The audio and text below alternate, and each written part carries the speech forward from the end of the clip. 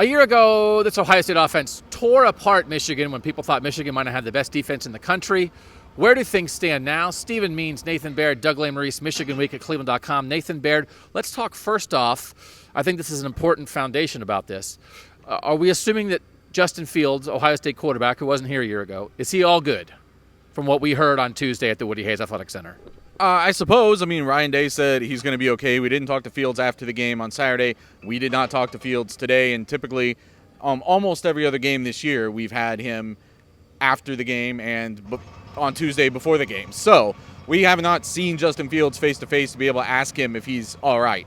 But he did get up and jog off the field. I would imagine everybody's banged up a little bit this time of year. I'd be surprised. It'd have to be something pretty significant if he weren't to play on Saturday.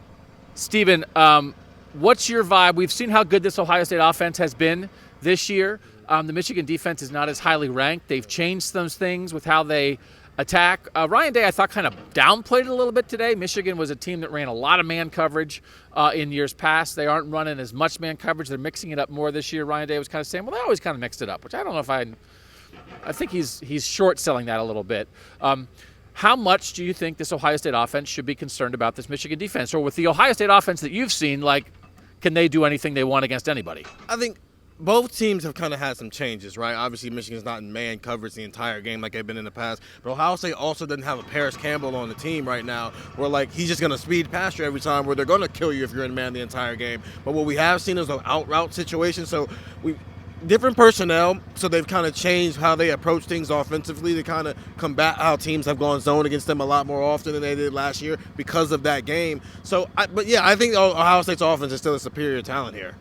I think it's going to be a game where they're going to have to run it with J.K. Dobbins. I think Justin Fields, again, in the run game can make a big difference, maybe not more than 20 carries like he had a week ago. And I'm not surprised by this. I think we sort of thought this. They've thrown very well.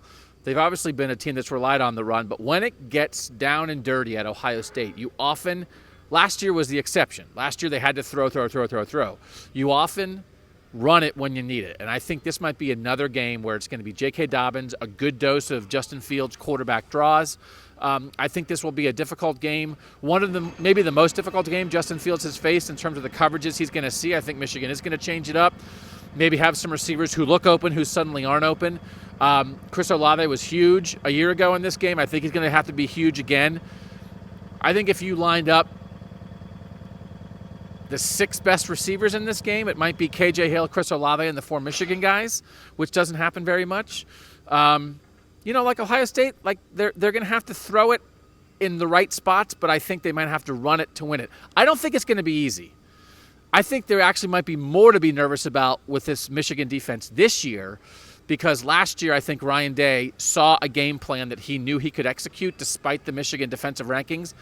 I think this year Michigan's a little tougher to get a read on, and I think that won't be easy on Saturday. Lots to talk about. It's Michigan Week. Try the texts. Read our stories at cleveland.com/OSU.